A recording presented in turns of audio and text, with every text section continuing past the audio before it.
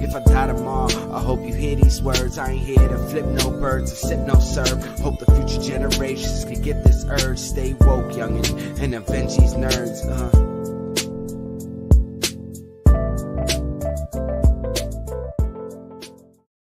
Chestnuts roasting.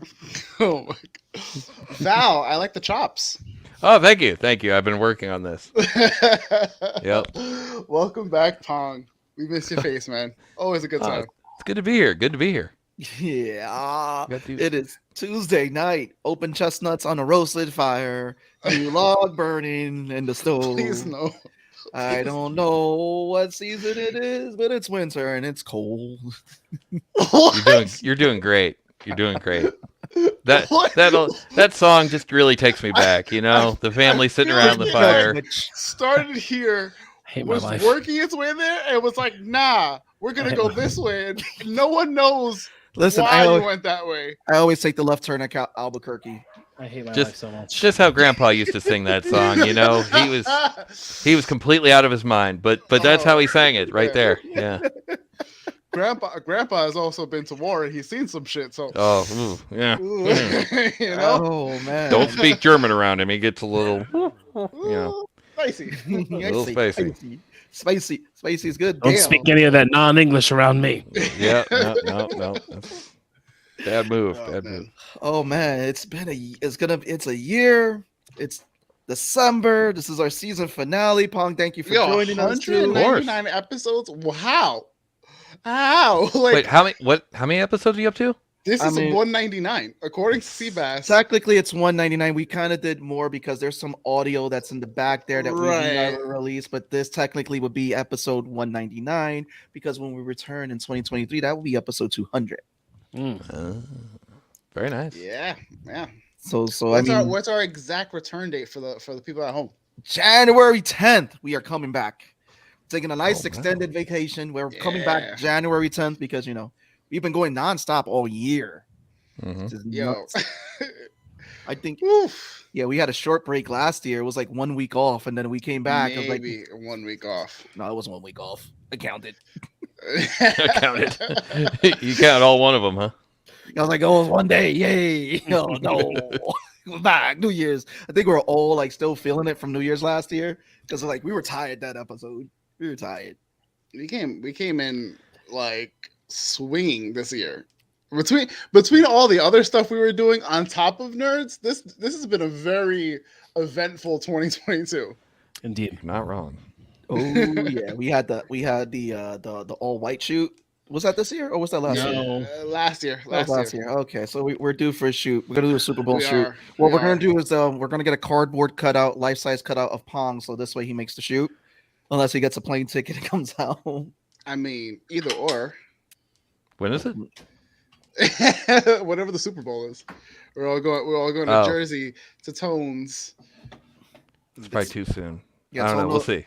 Tone knows this great bartender that gets these great wings from the whose mans is this? But I will say,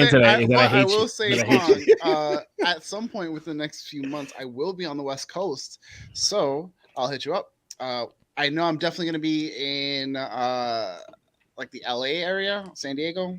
I'll be doing VidCon next year. Oh, cool. So with some time off, I'll stop by in Vegas, spend some time with the Mighty Pong. All right. Yeah, sounds good. Do you know what's not going to be on the West Coast? Announcements. Oh. I'm sorry. I'm just trying to find different. Yo, did you hear the disappointment in our voices? I did. It wasn't that bad of a segue. It was a C. You know, maybe B minus. I was going for a D. I needed a D. I'm over it with all these stupid announcements. So I think the reason why you graded it higher is because like you're the substitute teacher. Like it was like, oh yeah, he did his work. He did, and we're just here like, no, he consistently gives this effort. He needs to. It's like, oh, you're playing with your Game Boy, but it's okay. He's quiet in the back, so you know. Yeah, exactly. When I rolled in the TV with Animal Planet, he didn't, throw stuff. Right, so, exactly. I'll take it. Sure. He didn't make a comment when the animal started Osmosis Jones. Right. Right. Well, we like to move it. Anyway, so announcements, guys. I'm just gonna keep it short and sweet. We put everything in the descriptions from the Patreon page, Bonet Studios, to Val, What's who's up, on fellas? TV. What's up, everybody? Val is on TV, the podcast. Make sure you guys give them a follow. Make sure you're giving Law a follow on his Twitch. All the links are there. Pong's links is there for the Sin Shop. He goes live every Fridays and Mondays. And everything is there. I mean, you guys have been watching the show. You're tired of hearing me go announcements. What you want to hear from me is that, yes, this is the season finale, and we want to wish you guys a happy holidays. Very happy holidays. And when we return in January 2023 on the 10th, we're going to be wishing you guys a happy new year. It'll be 5 days prior to the big 3-5 for me. Ooh, big 3-5. You're still a baby. It'll be 2023, Relax. and it just feels like I'm 2019. I'm not in a ago. rush to be an old man like you, sir. Yeah. I got no fucking choice at this point. So 35 was deceptive. Okay. 35 was fine. I had no problem with 35. It's 37. When you get to 37, I know. That's also very specific. Like, it's like there's definitely a story. No. What I'm saying is when you get to 37, you are much closer to 40 than you are to 30. At 35, you're still like, I'm in my mid 30s. But then once you're 37, it's like, 30, oh, man. 36, you can lie about it. Yeah. Yep. 37 though, it's like, no, man. Yep. Rounding is a son of a bitch. It really is. It really, really is. Listen, I've reached the point of my 30s where I have like the few patches of gray straight down, like literally straight down the middle of my beard now that I'm just like, all right, good, cool. I can still round down to 30, guys. Listen, all I gotta say is once you hit 40, young whippersnapper, that's when all the fucks really go out the window. And like looking at Tone now, like how he gives no fucks now, I can imagine when he hits 40. Arella's Val Val is out with her friend. Her friend took her out for her birthday. Yeah. So she is. They're seeing a Broadway show. Yeah, they're seeing a Broadway show. So she's saying she loves you guys. Yes. They're seeing Rogers the musical. Yes. Yeah, I would watch Mr. I Rogers would see it. I would so watch I it. would so watch that. Like, Totally watch it. can we make that happen now? Like, Wait, hold on. So I think Pong said Rogers. Are you talking about the Steve Rogers? I can do this all day. Yeah. And then Law was like, I can see Mr. Rogers as a musical. I'm like, those are two.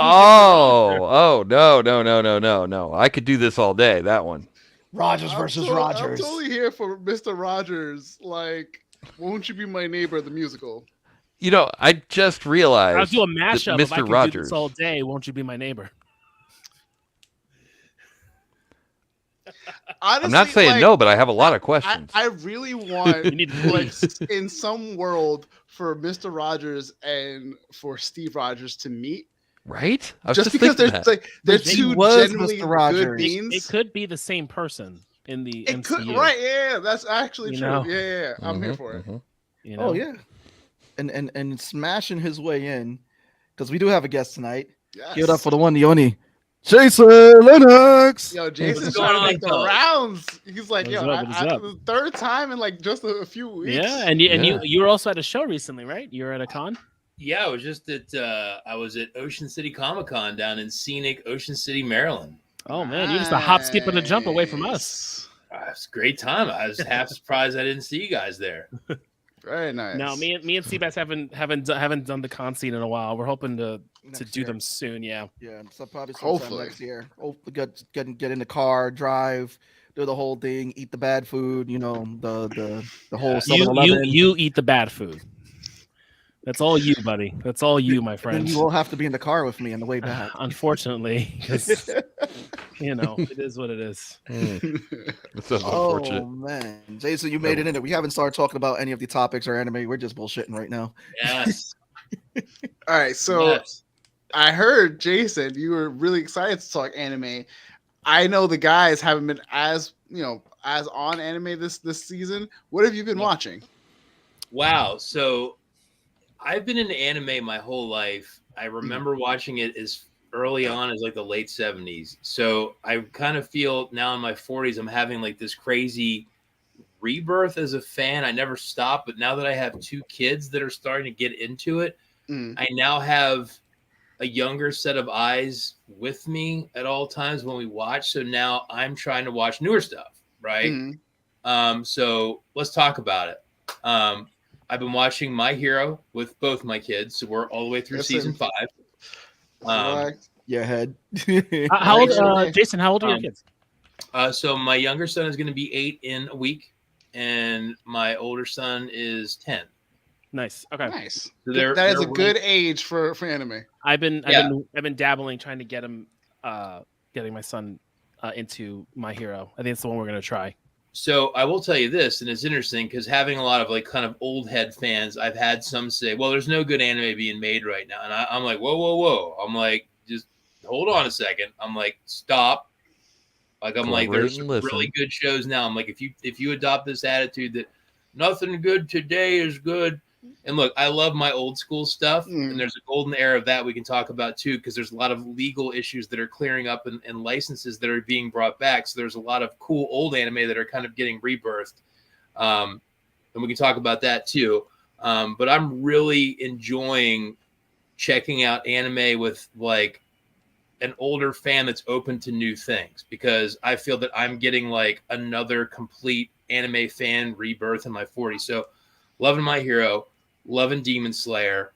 I am loving Chainsaw Man. I need to watch Chainsaw Man. I was reading it. I need to watch it. I mean, I haven't read it, but my take on the show is that it's like Hellraiser mixed with Ghostbusters. Mm-hmm. I love it. That. You know, I can see that. That's I haven't heard that take, but I'm here for it. Yeah. So what else am I watching? My younger son and my wife and my older son were all watching Record of Ragnarok, which I just saw got renewed for a second season. So we're enjoying that. That's kind of a bananas nuts anime. I'm really enjoying that. And what else? I'm watching Bastard on Netflix. Yeah, I caught the first season. Which is weird because it's an old school manga, and there's an OVA 6-episode anime from the 90s. And then, like, of all the properties they could have picked, I was like, I can't believe it. So I'm about halfway through that. I'm really enjoying it. And I just finished watching with my older son Vinland Saga.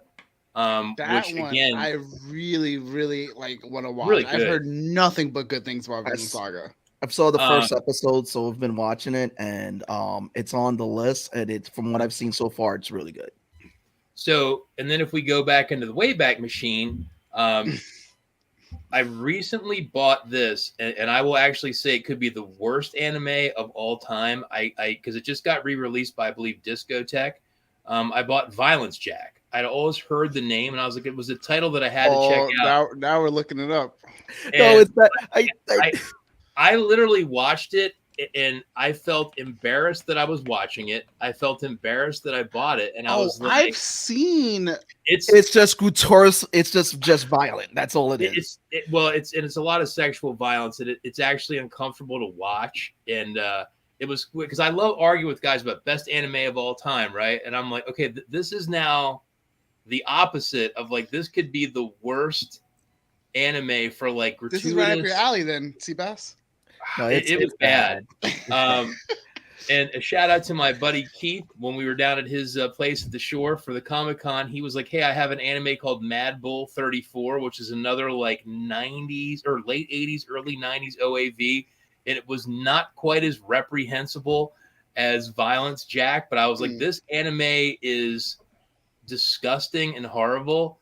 And again, if you can watch it on YouTube, it's out of print. But I saw that this weekend, and again, it's a reprehensible anime. But you know, it's kind of like I'm there for the bad and I'm there for the good. Other ones from the Wayback Machine that I've been watching recently because they've been getting re-released is Memories from Katsushiro Otomo. Just got a really nice re-release, and so did Project A-ko. And I've really been enjoying kind of like watching really nice versions of those Blu-rays. So right now as a fan, you know, it's been really wild because I've been enjoying things that are new and being excited with younger fans. And at the same time, like really having fun going back to like old stuff and even watching things like Violence Jack that we could have a whole episode about how bad Violence Jack is. So yeah, I got to tell you, I'm probably having as much fun being an anime fan as I've ever had, and it's really cool to say that after all these years, where you would think, "Are you tired of it?" And it's like, no, I feel like I'm more into it now than ever. And like I got to get caught up with like the newest season of Attack on Titan and some other stuff, but there's just so much good stuff, man. It's the growth that you see, because like the 90s anime, it was like the Wild West. Like you had good stuff like Berserk, you had good stuff like Guyver, but then there was just a sea of other stuff that just like as a kid, as you're watching it, it's cool at the time, but then when you look at it as an adult, like this didn't age very well. Like Violence Jack, Wicked City, there's just some like the concepts were cool, but it's just like they're just so bad. And then some of them you really felt like you needed to be on acid to understand the plot for some of these old school animes. But the art styles are there. Jay Norellis has been dropping so many in chat. Demon Slayer, Fire Force, Chainsaw, what we got? Goblin Slayer, which can't wait for more of that. Jujutsu Kaisen, Pumpkin Scissors I've never heard of. Duran, Princess of Snow and Blood. I feel like I've heard of it. Pumpkin Scissors is I've good. not watched it. Pumpkin Scissors is a military one. I think, and it's interesting. And I actually, our last episode about Andor really got me thinking about pop culture. And I talked to a couple of my friends just about that appearance, and I encouraged them to go watch it. And I think what appeals to me personally about anime is I think too many U.S. properties are kind of like stuck. And it stuck out to me when Law said during the Andor episode about, I can't get invested in this. And it's like, because it's so stale and it's the same stuff. Whereas like anime is just like, where do you want to go now? And it's like, they're not doing a revamped Akira. It's like, no, get into Chainsaw Man. And when you're done with that, we're going to have something else. And it's like, anime is just, it just seems to be growing and popular because it's just fresh. And some of the tropes may stay the same, but like the ideas and the takes on these tropes, forget about it. Right. And like, now, I mean, I did like the Star Blazers or the Yamato. They did a kind of a redo of the series a couple years ago, and I enjoyed the first season of that. I didn't enjoy the second season so much, so it was fun to see a remake. But that seems to be the exception, not the rule. Where again, like we're not seeing Akira redone 10 times, or like a sequel where it's just like, no, give me, Record of Ragnarok, give me Chainsaw Man, give me Demon Slayer, give me My Hero. And again, the fans, like talking about like Star Wars, the fan base is definitely that's splintered. Like I like it, I don't like it. The anime fans, it's so fun because if you're like My Hero, people are just like, I love it. Like there doesn't like it's like it's such a fun fan base or fandom to be in. And people may say I'm not into that show or this, but I mean, if you're just like what I love about what I really love about anime in and of itself, aside from some of the, ones that go wrong, was that the ones that go right, they live and die by their source material. Like there is no deviation. Like it's like, obviously you can have manga on one side, you can have anime watchers on the other. But if you read the manga and then you jump into the show, you'd be like, I love it. It's exactly what I wanted. I can't wait to see this scene animated. And then you got anime onlys who just come in and be like, this is awesome. I want to either sit and wait a year per season, or I'm now going to start reading and getting into it. And there's something comfortable about when you read the manga and you watch the show, or when you watch the show and you go read the manga, you're not going to get a different product. You may like cut an arc or cut some filler or something like that. But it's just one of the things that I really love about being an anime fan is that you can enjoy both of the mediums in their own ways, but they come together so well. Whereas I would just say in general, in Western pop culture, it's so hard to get that, whether it's a comic book adaptation or a book adaptation or anything. There's always ways where we just like deviate from source material or make changes that we feel may work for the material. But anime, they don't care, man. They're like, if it's on the page, we're going to work our people to death, and we're going to get it on screen. Are you talking about like anime now or anime back in the day or forever? And for me, anime now, because I didn't start reading manga until after Naruto. So like, I don't, yeah. Because I remember people complaining about like Akira, how it diverted from the source material, and everybody was like, ah. Well, I have a couple thoughts on that because he's exactly right, because like with Akira, they made that midway through the run and there was compromises made to make it a movie. But I think if you look at when that was made, the idea of a high quality long form series didn't exist. So I think what we got with the movie was probably the best thing we could have gotten. And I've actually been wondering in recent years if anyone will say, you know what, let's redo Akira, but let's do the 3,400. Well, they're Nah. redoing Trigun. Trigun is being released next month too. Trigun is one of those that fall But under isn't Trigun? It's not so much that they're redoing it; they're continuing his story. No, they're redoing No? it. It's a remake. Okay. This is a straight remake, which will work to that with Akira, because I think at this time frame, since the book is done, they can go back and do Akira, like how you said, Jason. Back then, you couldn't do it because it was a movie. No. A great app for those. What's going on, Anibal? What's up, Anibal? Annabelle, get some anime. What's up? A great app to really use is a Retro Crush, which has a lot of those classic anime. The funniest one has to be Ghost Stories, because even the studio from Japan was like, this anime was so bad that they just let them do whatever they want with the American dub. Ghost Stories is one of my I've never watched all of it, but it's one of the funniest stories to hear about, where they were just able to buy it and get just a bunch of randoms to dub over it without having a real script. They were just do whatever. So if you watch the dub version of it and you're like, there's no way this is the real, and it's actual it's insane. It almost feels like a Team World Star dub, where you're just oh, you have all these shitty kids and whatever the case is dubbing over it. No, it is the wildest shit you'll ever hear, and they're being full serious with it. I love that's it. how Voltron was, right? When that came to the US, it was originally a different Japanese series entirely. And actually somebody in St. Louis dubbed over it. It was someone at Channel 11 in St. Louis. They dubbed over it to make Voltron as we know it now. But that's the thing. Ghost Stories is worse. Original.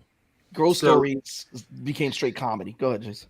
For old school fans, I got to give a lot of credit to Discotech. They're kind of like a boutique Blu-ray production company, and they have been re-releasing a lot of these things. And talking about dubbing, there's a whole subgenre of ones that were dubbed by Manga UK in the 90s, like Angel Cop, Mad Bull 34 that I mentioned, Cyber City 080808. And one of the things that my friend Keith and I used to always laugh about was just how bad the English dubs are. So on one of those Blu-rays, they actually talked to the people in the UK that were dubbing them. And we knew it was terrible, but we knew that people would like it because it was so much swearing, so much weird obscenity. And then English people pretending to have New York accents, hey, y'all, I'm in New York. And so all the characters have these just outrageous accents, and they're all just cursing. Is it also one of those things where it's so bad that it's good?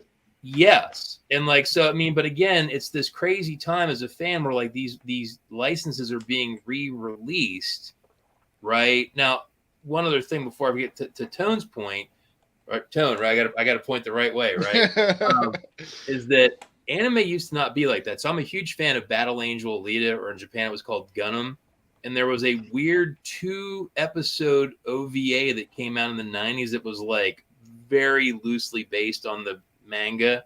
And then that's all it was. So I think what we're used to now, where it's hey, My Hero, we're going to pound out the anime just like the book.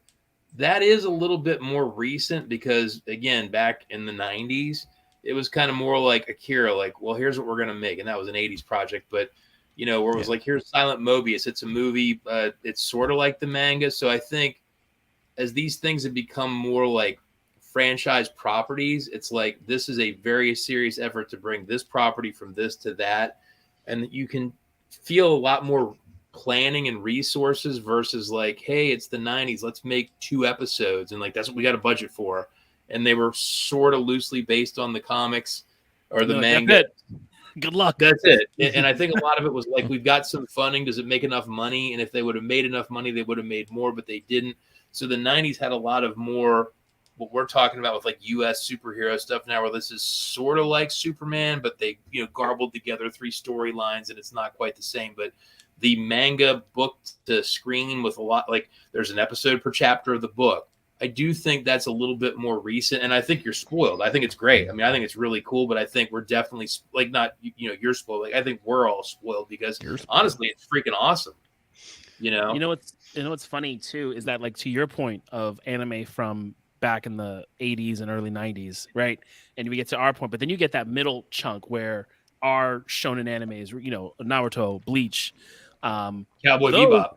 Cowboy, but like the big shonens, right? They did the thing where it's like, we're gonna show an episode every week, and then if there's no manga content, we're gonna throw you filler down your fucking throat, and you're gonna have to deal with it. So it's like we went from, well, we can only give you like 2 OVAs to, we're going to give you everything, but also give you filler about nonsense, to now it's like, we do seasons.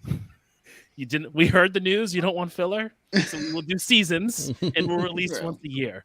So it's interesting how anime is moving that. Are we all anti-filler throughout? Because like personally, I feel like there has been some, not all, some good fillers.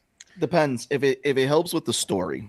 It needs to be funny. Like Naruto 101, when they tried to get Kakashi's mask off, I thought was a funny episode. But like that's a one-off. But like Naruto, and I think Bleach had really bad filler too. But I know Naruto would have like 30 episode arcs of filler, like the Three Tails. Bleach has entire seasons, and 3 or 4 seasons of just filler arcs. Y'all are just disrespecting my time here. Like the only one that's been. The only one that's had the exception to the rule was Full Metal Alchemist, because when they originally released the series, the books weren't done. And then they went back to do Full Metal Brotherhood, which ended up being more based off of the manga when that time it was finished. So it's like Full Metal fans actually got 2 full series, which was pretty dope. It got me back into anime a couple years ago. Like Full Metal Brotherhood is so good. Yeah. And they're both, you put them side by side, they're both good series. It's just they're like Full Metal was like the entree, and then Full Metal Brotherhood was just the main course. That's it. Here we go. Just beat you up with it. And again, they both succeeded. But I was saying, like, again, when it comes to filler, like how Tony pointed out, Kakashi, like that's a fun episode of Naruto. I only down for filler when it helps with the story or helps break up between the arcs, the stories that we get those moments where we're getting to get to know the characters. But it was like filler for filler's sake. That's when it gets really annoying. I think that's what it changed with anime. Like you said, now we have stuff in seasons, but Attack on Titan's giving us filler seasons. Because it's not filler seasons. It's just they're just stretching out. It's just the final season, part A, B, and C. Because all of us who read it were like, one, we know you do 12 episodes a season, 12 to 24 episodes a season. You're not going to finish the final season. And then we were all like, we told you so. And we're like, all right, well, there's part B. And then we're like, there's 2 episodes left. You're not going to finish it. Are we getting a movie? And they're like, we told you so. And then now we're getting a final part 3. Like, I don't even think I watched the last 2 episodes of final season part B, because remember we talked about it and I was like, I read it, so I can. You know what? Need to watch it. I came into Attack on Titan reading the manga, and then I picked up on the anime later, and I actually found myself, and I kind of felt like obligated to do it. And I'm not all the way done with either of them, but I found it started off really action packed with some cool concepts, and like there's parts that really fly, but there is filler. There's been episodes where I find myself like not paying attention, or like I'm reading and I'm like, wait, I got to go back, because like I start to doze off. And like, so Akira just had a really amazing Blu-ray re-release sometime in the last year and a half. So I kind of rewatched it with a fresh set of eyes. And you want to talk about something that does not have filler, is you go rewatch the Akira movie. That thing is just a tight movie. Every scene is just move, move, move. And again, it's just a movie, right? But it's like, that's entertainment with no filler. Like that anime is like, it's a lean, mean, tight, high-end machine.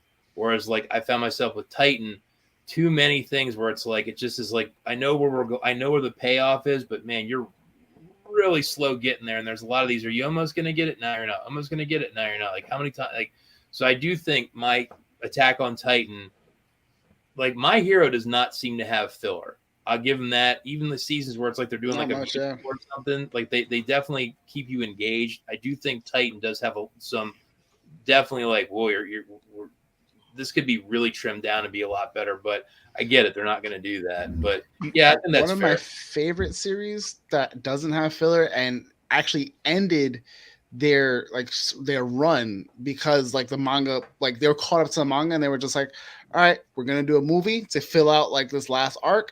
And then like when there's more, we'll probably do more later on. But for now, we're going to just call it. was Black Clover. Like I love Black Clover, and the fact that like no filler, everything felt concise and like consistent. And then to hear from the like animation studio that they're just like they have so much respect for the source material that they're like, nah, we're not gonna give you filler. Like we want to stick with what they have, and we don't want to jump ahead of the manga if we don't know what the source is, which you don't really see a lot. You know what's been good with that? What studio's been good? Studio Trigger, because they're the studio that gave us Kill la Kill. They're the studio that gave us Gurren Lagann, and recently they gave us Cyberpunk 2077 Edge Runners, which was a really good animation. Like I said, with Studio Trigger, I felt like they give you they divide their stories in act. You get Act 1 and then you get Act 2. And it's like it just feels very, very full, and there's no filler in it, and it's very character driven. Like with Cyberpunk, a lot of the character, yeah, you did want more. You want another season, but it's like no, it gave you lovely clothes. Like I won't be mad. We won't ever get another season. I'm not mad at that. It's just such a beautiful. Well, like if they did Cyberpunk 20 Edge Runner season 2 and give us a whole grand set of new characters, I'm not gonna be mad at that either, because we had such a great close with this first round of characters, the story, the world that was built around it, and it even got fans into the game. Man, it's such a like. They would have beautifully like done like beginning to end, that like introducing more characters I feel like would just be like doing it for the sake of doing it. Well, with the Cyberpunk game, it's it's a whole open world, so it's like you could call it something else too. But I think because of the anime I feel like the anime was just showing you this specific part of their universe to kind of show you like the overall like story, to show you everything, but in a very small lens and scope.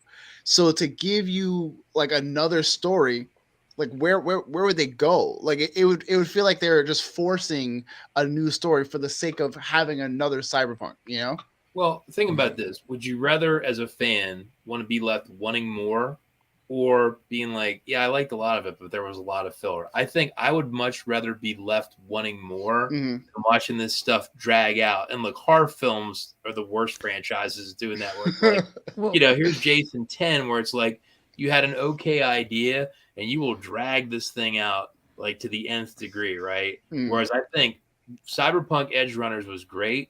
I walked into it because some friends of mine were like, dude, this is a lot like Midnight Eye Goku. It's a lot like Cyber City Oedo. And I was like, you know what? You sold me. And I watched it over about a week, and I loved it. And the ending kind of got me by surprise. And then it's like, we're over. And I saw there was this big push. We want more. And I saw the studio heads like, we're not giving it to you. We're done. And I thought, you know what? We'll love it more because they're not giving us more and more and more.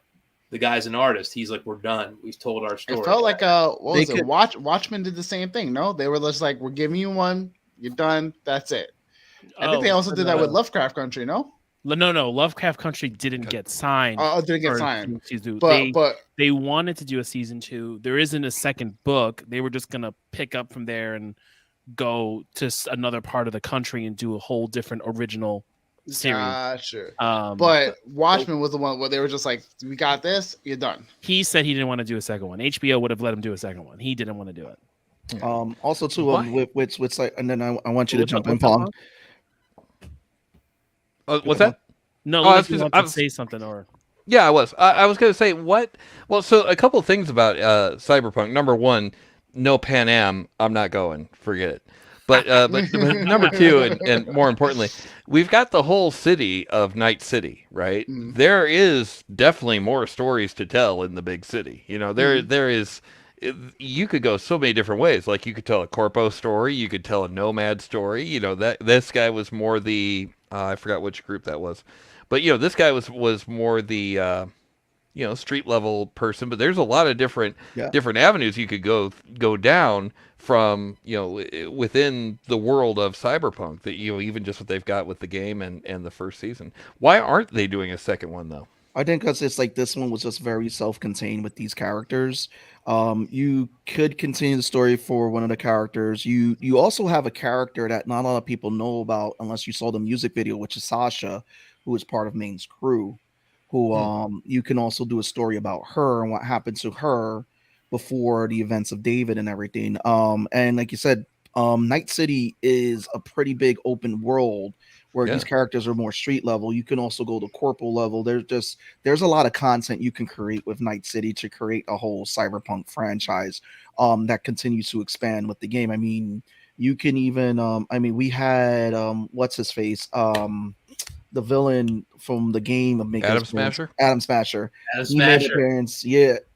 Fucking loved it. He made his appearance in the anime. I mean, you can do that too, whereas like, you can do it with Johnny and everything. There's a lot of content that can be created off of that where it doesn't feel as filler and it can be its own original content to help expand the lore of it. Kind of like what we're seeing with The Witcher right now with what they're trying to do at Netflix.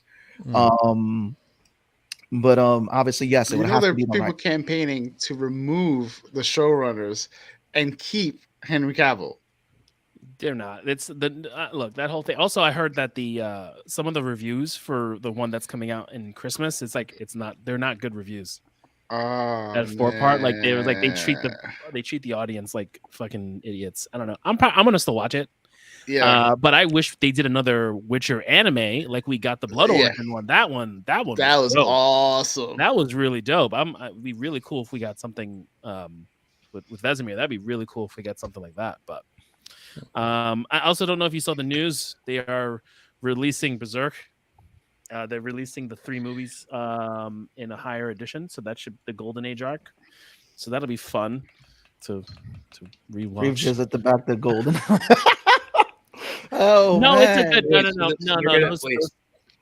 What's up? So they're releasing the 3 Berserk movies as what, like high resolution Blu-rays? Is that what you're saying? So right now they re-released the 3 movies on Crunchyroll episodically at a high resolution. They added some details and some shit, and then I think next year or something they're gonna release it all in Blu-ray. Which is cool because I don't. The movies are fun. The movies like really do tell the story of the Golden Age really well, and they give you more of the extra things that the '97 anime doesn't, because it wouldn't have made sense to show Skull Knight in '97 when you're not going to do anything else. So I think that'll be fun to watch. It's just like, my God, man, like we're going to be ending Berserk soon, and I need an adaptation. I need just a faithful adaptation of Berserk. It's a goddamn crime that we can't get anything. Well, it was just messed up that the studio that did the anime series for the new ones, they did, because like 3D technology in anime has kind of came further now because there are studios that actually do it pretty well now. Seabass, you're sounding muffled. Yeah. Do you hear me now? Yes. Okay.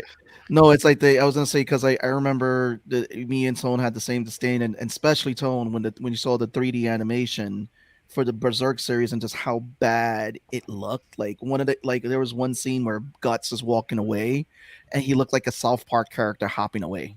That's how bad that scene was. Yeah. It was just, and it's like the faces of the characters were just very lifeless. And they're just skipping arcs too. Like they were just they're just bobbing and weaving and just skipping arcs. And there's a lot. I mean, oh man. But now you have like Studio Orange and Tao who did like B-Stars and everything. They've really perfected 3D animation. Even right now when you look at Chainsaw Man, some of the 3D animation that is in there, because that's definitely 3D animation, is very fluid now. So like Berserk needs that treatment if you're gonna go the route in 3D. If you're not, it should have been 2D because it was just bad. Berserk needs the Castlevania treatment. That's what it needs. That's what Berserk needs. It needs that Castlevania treatment, and they can do that. They've got 300 and something chapters, so many arcs, so much violence, so much nonsense. I think the animation studio that does Chainsaw Man could really deliver with Berserk, though, just by the violence and all that they've done. I have to say they've animated the worst kiss in anime history. Not because it was a bad animation, it's just because it's just a very bad kiss. Dude, don't spoil it for anyone who hasn't watched. No spoilers. Don't spoil it for anyone who hasn't watched. But yes, I fully agree. It's been it's a lot. It's a lot. Oh, it is. But I will add that while Chainsaw Man, everyone's been watching and talking about Chainsaw Man, something I don't hear people talk about a lot is Spy Family and the daily life of the Immortal King. Those 2 shows. One, Spy Family has no business being as good as it is. That, and I would say Ranking of Kings. You were on Spy Family for a while though. Like when it first came out, you kept talking about it. Dude, that show has no business being as good as it is. It has all the elements of like, the action, the drama, the comedy. Like it's the perfect balance of a kind of show. But then you have like something like Daily Life of the Immortal King, where it's a full on like action shonen kind of show, but it combines so much like meta parody. So there's a lot of elements where you'll watch it. They've like spoofed on Yu-Gi-Oh, on Pokemon, on like just so many like different things where you're just like, this is a full on like 1-to-1 rip. Like, but because it's a spoof, like you can't really say anything about it. But it's so good. It's definitely hands down one of my favorite animes in the last like 10 years or so. Pong and then Jason. Go ahead. Or Jason, But you had something to say. Oh, go ahead. I Go ahead, thought- Paul. No, I said what I was good. Well, I did have something about the filler thing earlier. I don't want to backtrack too much, but Go for it. do you guys feel the same about Marvel filler? Like now, I know someone probably is going to be like, "Oh, this series that I don't like was filler," but what I'm talking about is like when they did like the Marvel one shots, like where they showed the backstory of Ben Kingsley. All hail the king! Hail to the king! All hail the king! Yeah, that one. Do you think that? Because personally, I don't mind that kind of filler, right? Because it's more backstory. I don't mind backstory. Yeah, I mean that's what I'm saying. Like if it's a filler that helps with backstory to help advance the story a little bit or help with a character who normally wouldn't get any shine in the series. Mhm. Like Ben Kingsley's character, I felt like that one shot redeemed that character because it got it introduced the concept that there's an actual real Mandarin in the MCU, and two, it just solidified more of his character of who he was or who he is, and kind of gave you a little bit of an origin story where you wouldn't have gotten that in any of the movies at all. Yeah. And which why it made sense why he was in Shang-Chi, Right. because again he got kidnapped by the real Mandarin. It's the same thing like when they did the shorts with Coulson and the other guy who used to be the Shield agent before they found out he was a Hydra, just like the little side stories. And it kind of gave you more look into Coulson and what Shield was doing at the time before the fall of Shield, Right. and a little bit of backstory of little things that were happening, which in a way it was Kevin Feige's way of showing that there's more happening in the MCU than what you're seeing, and now he's just been able to do that on a bigger scale than being isolated to shorts that were just extras on DVDs. So the same doesn't. I guess really where I'm coming from is that's exactly where I'm at with the shorts for Marvel. But it sounds like you guys don't really see it the same way when it comes to anime, or am I wrong on that? It depends, because there are just some anime that are just really, really, really bad with fillers that do nothing. They do absolutely nothing. The And beach it's like, episode. yeah, the one beach episode that we're gonna get, because we gotta have a beach episode. But Every depends on anime which needs a beach episode. It depends on which beach episode we're Yeah, talking. right, If we're talking about exactly. the Outlaw Star beach episode, that's a good episode. That episode got censored, never aired.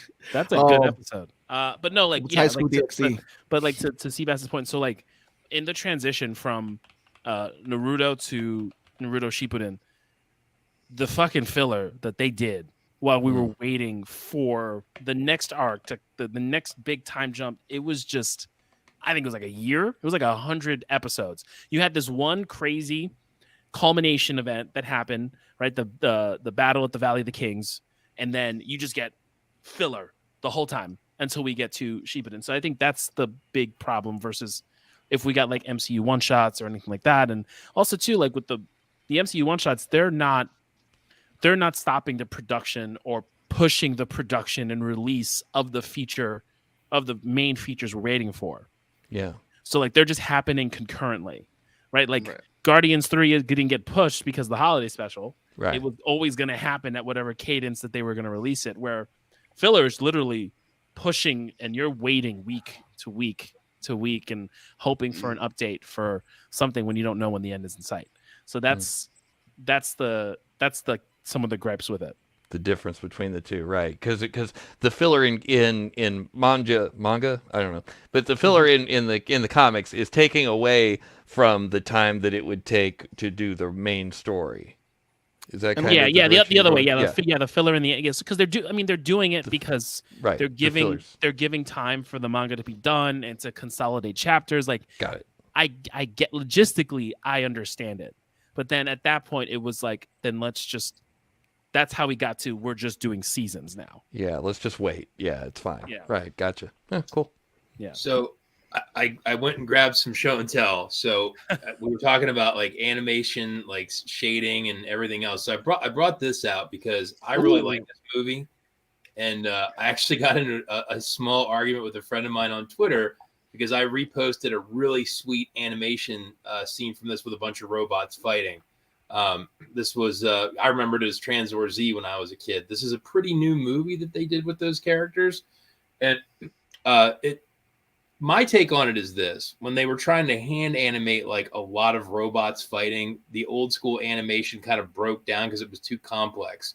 Whereas to me, when something like Mazinger has like a bunch of robots fighting, the computers can keep up. Now, my friend's point was it's too lifeless. And I'm like, I get it, but I remember watching a lot of those like Star Blazers, Transor Z, and they struggled when there was a lot of moving elements. Whereas to me, if I want to watch, Mazinger throw down with like some techno monsters, I get, at least to me, I was like, I know maybe it's not as it's not as lively, but the quality seems better. It was something we were just talking about. I just wanted to, bring that up. I think like both points are right because between you and your friends and all that, because like at the time too, when they were doing when they were introducing 3D technology into some of these mech animes, like there's some bad ones that was just like, holy shit, why did this get made? They just didn't have the right technology. That's what I was like, again, if you look at studios that are doing or they B-Star, did, but they just didn't understand how to use it. yeah, that's the thing. They didn't understand. But if you look like now at B-Stars, if you look at some of the fighting animations on Netflix, like they've gotten better. And so like they're doing the mechs better and everything like that because it was hard unless you had like the team that was behind Gundam because they were able to do it.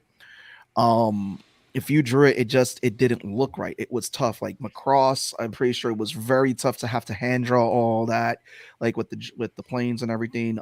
And sure, like 3D animation is still growing in the anime world and getting as studios are getting more and more comfortable with it, and it's making the animation process quicker.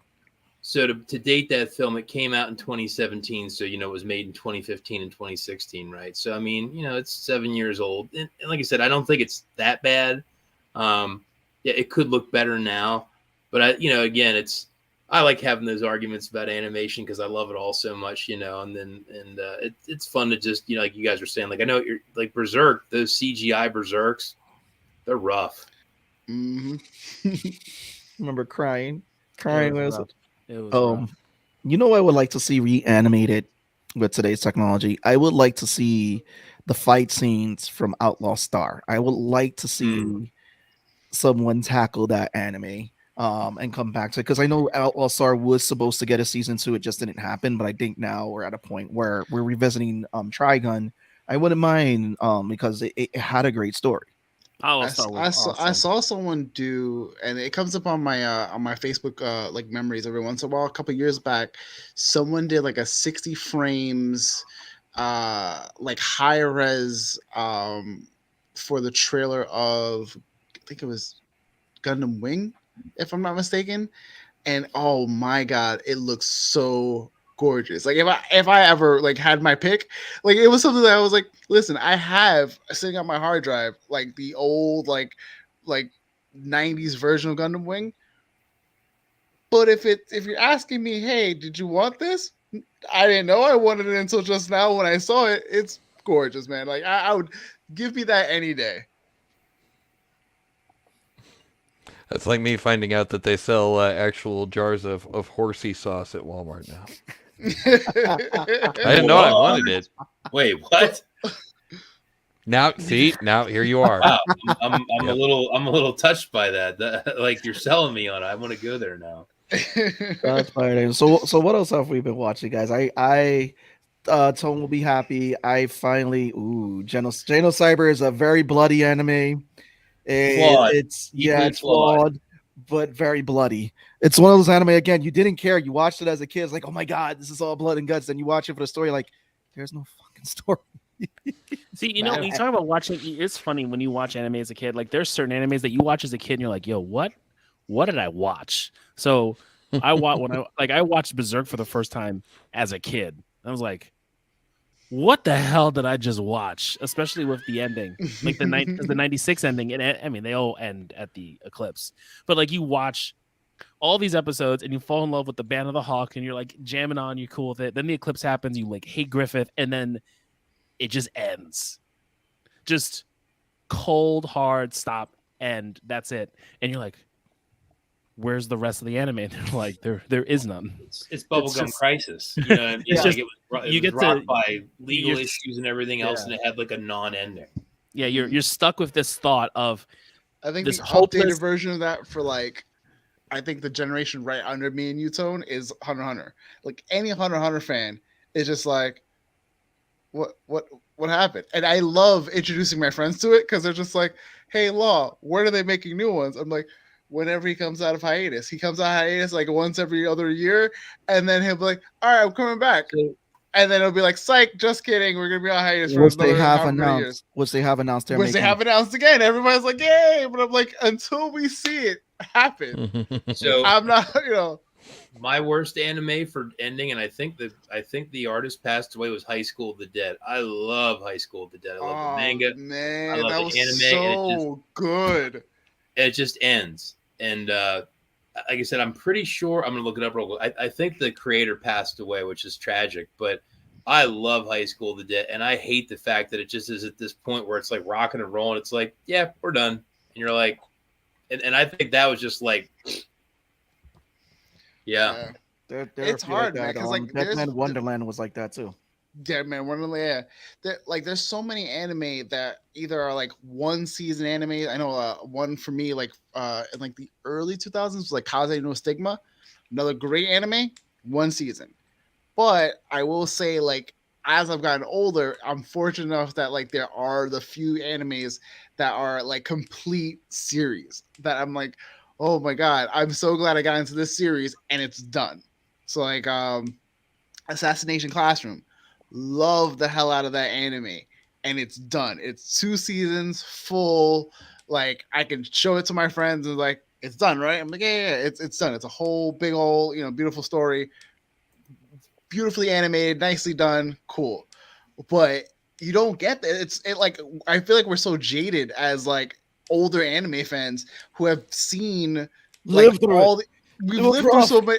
Yeah, because like if your show just like stopped, we didn't have the internet really, like no one, like we don't know until like somehow it was just like, yeah, why it's been like 4 weeks, why is our show not coming back on, like what happened?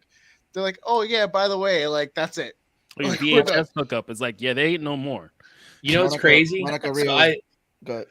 Do you guys either read or watch Black Lagoon? I watched Black Lagoon. I've seen some. Awesome. I am waiting. So check it out. Like that one I thought was done, and then I got a thing on Amazon. It's like there's a new volume you could buy. I'm like story, like, and I'm like it was like 4 years since the prior volume, and I was like I thought it was done, so I was just like, woo, Listen, Remy Two Gun. She is like the anime version of Lethal Weapon. Mm-hmm. It's gonna keep coming back. It's like an action movie hero because she has her stories that's gonna keep going and going. Because she's a badass character. That whole world is badass. I fucking love her. Yeah, well, it was coming out very frequently. It seemed to be really taking the anime world by storm. Years ago, maybe 8-9 years ago, there was like, this is going to be a huge title, and then it just kind of just kind of whispered away. So I was shocked. Like to Law's point, you're so sad when these things die. You don't expect to be like, hey guys, High School of the Dead, and you're like, what? You know what I mean? Like, and I just checked. That guy died in 2017. The creator. Oh, man. I mean, maybe he just went back to high school. Went back to so, sorry, no. But yeah, no. I mean, it is like Outlaw Star 2. I mean, like it's crazy. Yeah, I mean, I think because they're quick to pump product out over there at that time, in Japan, because like they say the working conditions a lot for the artists there, the manga writers and everything. Like it's just a lot of them health wise, it's not there. They're working on some crazy conditions out there to continue to pump these stories, and then the studios are just like, we want to get this out there. It has this big fan base. We want to get, and then I believe that's when things start to fall apart because you're not given the time for this to finish. It's kind of like George R.R. Martin right now with Game of Thrones. It's not finishing. It's not finishing. Yo, hold on. I just wanna show. You don't know. You don't know, friend. Yo, right? So as soon as you said it, I just see Toad like looking away, just shaking his head. Oh man! Oh, the frustration on that man's face. Mm-hmm. Oh my god! He's busy typing a page as we speak, George. He's just he's typing a page on his DOS computer. I loved, if you've ever seen the interview, it's like an interview or sit down like conversation between him and Stephen King. And he's like, how the fuck do you write so many books? Like, how do you write that much? He's like, I'm still writing like 1 page a month or something crazy. He's like, dude, what? Like, so crazy. Here's one for you, and a shout out to my friend Maki Roll. She's on Twitter. She's a super. Oh shit, I love Maki. Yeah, she's great, but I'll tell you my funny thought on her, and I'll have to tell her I talked about her in this. Like, she loves Cowboy Bebop. Mm-hmm. Like, she is a super fan, and like, she is such a fan of that show. And like, mentally, I did the math, and I'm thinking, wait, you must have been really little when this was actually like new, and she like actively, is like to this day like. I wish there was a second season. I'm like, I wish I could like have this much. Like, damn, like you are it. Like, she is like the biggest super fan for that show, and it's exactly what we're talking about. She's like, God damn it, I still want season 2 from like 1999 that we never got. Yeah. And I'm like, these shows, like it amazes me that with when that show came out, and like her age, right, that like she's that into that show, and she wasn't like I think what I mean. She must have been very young. Mm-hmm. And you're just kind of like, it's that good of a show that it gets her to this day, whatever, 25 years after it's done. She's still like, I want more. And I get it because it's a great show, but it's like these shows inspire. Dude, I just got the Giant Robo. So hey, Maki, Cowboy Bebop. But I just got the re-release of Giant Robo on Blu-ray, and I rewatched that set, and I'm still pissed off at the very end. I'm like, because they really hint at like part 2. I'm still mad about that because my kids watch like, well, we're gonna watch Tower of Babel, Daddy. I'm like, there is none. That kills me. Whenever there's like there's the cliffhanger thing, and you're just like, we need answers, and like, nah, that's it. We don't get answers. Like, no, we're supposed to get answers. Like, well, did you ever see Giant Robo? No. It's like, it was like a high end. They put out 1 episode a year for like 10 years with some bigger gaps. So there's like 7 episodes, but they're like feature film quality. It was this, again, when Suncoast Video was a place, I remember going in there to buy the VHS single episodes for $35. It was like, oh my God, it came out for Christmas, episode 4. And you'd buy like 1 episode. Oh my God. Holy shit. But it was like this odd Giant Robo. You can go get it, go watch it. And like it ends on this, it took 10 years or whatever to put this thing out.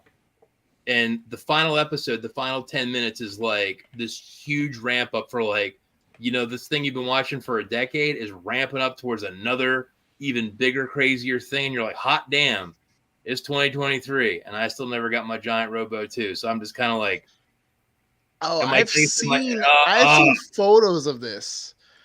I've definitely seen I've never watched it. It was so weird because, like I said, it was like 7 short movies. I mean, the quality is through the roof, all hand drawn. Yeah, but if you want to see something again from the the 90s that really Cowboy Bebop, Outlaw Star, Giant Robo, if you've missed Giant Robo, stop everything and go watch it because it's outrageous. I always throw in Yu Yu Hakusho for like early 90s or mid 90s. Like, you want a good shonen, you want a good fight tournament, like anytime I look at fight tournaments, I'm like, just look at that fight tournament. Like that fight tournament is probably one of the best tournaments in all of anime. You know what's funny? Because I think it got overshadowed by Yu Yu Hakusho was Flame of Recca, because it kind of like had the same kind of premise, because they were trying to set up for to continue that show, but it got canceled. Flame of Recca was cool. Yeah, it was really good. Here's another one. Did any of you guys watch Gantz, the anime? Oh yeah. Yeah, they I didn't watch it. I know of it. I know of it. Dude, I know of it, but I don't know. They did it chapter by chapter. So you're watching like this is exactly the manga. And then they had this like kind of weird Columbine school shooter episode they made, like, okay, it's over. And you're like, what? Like at that to kind of Tone's point, we're spoiled with this stuff. Gantz, I think Gantz is amazing, right? I have all really 37 volumes of the manga, and like that pissed me off because that's the only one I've ever seen that did that, where it was like we are going blow by blow, and then we just like left turn and then end it. And you're they did a whole movie too for Gantz too, a 3D movie. Yeah, and the 3D movie.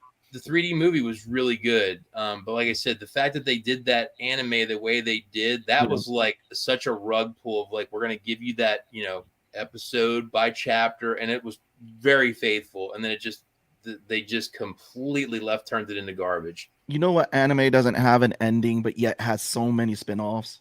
The announcements. The announcements. There you go. Tenchi. I was gonna say, I'll get it one of these days. Pong, just threw it. You just threw it. You're gonna get it. Tenchi Muyo. Oh my god! Yeah, I love Tenchi Muyo, but like I remember watching it as a kid when it first came out, and then trying to get back into it like in college, and just not knowing where to jump back in because like so many spinoffs. It has 3 OVAs. It has a remake series that has a beginning and an end that ended. It has another series called Tenchi in Tokyo. It has 3 movies. Then it has a bunch of spin-off series such as the Galaxy Police. Yeah, Universe. Yeah, Tenchi in Tokyo, Tenchi Universe. They were alternate spin-off series. But the main series, the Tenchi, which they call it Tenchi Mu, and then Tenchi Ryoki, the OVA series, has 3 seasons because the 3rd season came out much, much years later. It still hasn't ended, but has so many different spin-offs, so many different alternate versions. I was like, when are they going to actually really end this? Any of you guys ever watch these things? Lupin the Third? I've seen episodes of Lupin. Lupin is awesome. And I think, what was it? Inspired. These are like, this one is called Goemon's Blood Spray. And I remember an 80s kind of really basic version of Lupin, and I didn't think it was really good, but I remember it was popular. And then I realized recently these are like James Bond. There is a mountain of these things, and they're like movies, and they're all really good. Doesn't that have like the samurai scene where the samurai gets a piece of his arm sliced off, like it just skins him right here, but he ends up taking out the dude? Like it's just like a beautiful animated sequence. Yeah. He's like versing this big dude who has like a fucking huge was a butcher knife coming at him and everything. It was this beautifully animated fight scene. He sacrificed a piece of his arm to take him out. Netflix has a French adaptation of it called Lupin that's apparently based on the same thing. Oh wait, that's based off the anime? I thought it was just like a regular show. I've never watched it, but I keep hearing that it's based on the anime, and I'm like, what? I mean, I can be completely wrong, and just Lupin just happens to be the same name. But I think that would be pretty interesting if they just did a different take on it. Here's another one. So I thought One Punch Man, when that was like, hey, look at show and tell, One Punch Man, I thought this was great when it came out a couple years ago, and like it was like whatever year this came out, it was like the anime of the year. And then I heard nothing good about the 2nd season, so everyone just said avoid it. But I saw, I think was great. Yeah, really? So, the 2nd season literally is the manga, because I was reading One Punch Man for a good while, then I fell off because it eventually gets to a point where you don't even follow him. Yeah, you are following all the side characters. You are following all the side characters, and you're following the whole thing. What's going on with the monsters? There's a whole inner working of what's going on with the monsters, and like he just shows up. He just shows up as like a wrench in everyone's thing, because it gets to the point where like you can't keep building the show around him. Like I think they got themselves into this problem because he beats everything that you can't build the show around him if you want to build all these other plots. So he just has to show up as like a device to like fuck with somebody, or like where the other heroes are like, we don't get why you're the way you are, or like you're a level D or C, like why are you here? So, but they ended up, I mean, they may have changed it, but the last time I was reading it, they were literally just focusing on all the other S heroes. So I guess Mappa is doing season 3. I just saw a big thing on Facebook about that. So I was like, I was thinking maybe I need to go watch season 2 if they're going to do season 3. But I just heard that season 2 was not very well done. I didn't have any issues. All right, change my mind. What I love this. That's one of the things about the anime community that always confuses me. Like, I like Star Wars. I've never loved Star Wars, right? Okay. But I watched all of Andor. Like, even though the first few episodes were a slog, it was worth it at the end. But if you like season 1 of something, why would someone come to, season 2 is terrible, don't watch it? Why would you not watch it? Okay, so I'm just curious. I'm not judging. I'm just curious. No. So for me, and I can only speak for myself, like to me, a big thing is like the animation studio making it, and there's like, so if it's like Madhouse or Mappa, I'm gonna watch it. And there's different ones, right, or different people. So what can happen is like season 1 will be made by this studio, and then they leave. Right. Okay. So it's almost like saying I like Batman, but I like when this artist does it. And if that guy leaves, you're like, okay, I'm losing it. So what I had heard from a bunch of people, and again, Tone's telling me, so I may go watch that because Tone said it was cool, right? Is that I had heard from a couple people that the original animation studio that did season 1 had left, and that season 2 was a big downgrade in quality. And I heard that from a bunch of people. So I was like, do I want to watch it? So to answer that specific question, in that case, it was like, if the people that animated it left, then I don't want to watch. No different than if my favorite artist was on a book and I was reading it because of him, I wouldn't read it. But I love Mappa, so like if I want to watch season 3, I may go back and watch season 2. But at least for me, having other fans, like obviously Tone's a fan. If he's like, dude, it's pretty good, I'm like, okay, you know what? I'll listen for the most part to other anime fans. Like, dude, check it out because I love anime. So I'm more than likely to say, okay, Tone's a cool guy. I like him. If he says it's good, I'll give it a shot. To that point, Tone actually got me to watch season 2 because season 2, like with Attack on Titan. No, Attack on Titan. Oh yeah, because Attack on Titan and One Punch Man. The second season came out so much later that I just was like, I don't have the interest for it anymore. And Tone was like, dude, watch them. Sat me down to watch Attack on Titan. And I was like, all right, I'm sold. Then he showed, I think you like told me something about One Punch Man, or you showed me something. I was like, all right, I'm back in. We showed you One Punch Man. We showed you One Punch Man for Attack on Titan. We watched episode 1 of season 3 when Levi is literally flying just through washing the city. people. You know, and Oh that's God. when I think that's when they changed studios, or because they did change. Attack on Titan changed studios. I didn't think Attack on Titan did change studios. I remember that was a big thing. They did change studios. But yeah, no, but it's, you know, it's definitely right. I remember when Attack on Titan first came out, like you saw everyone in survey gear.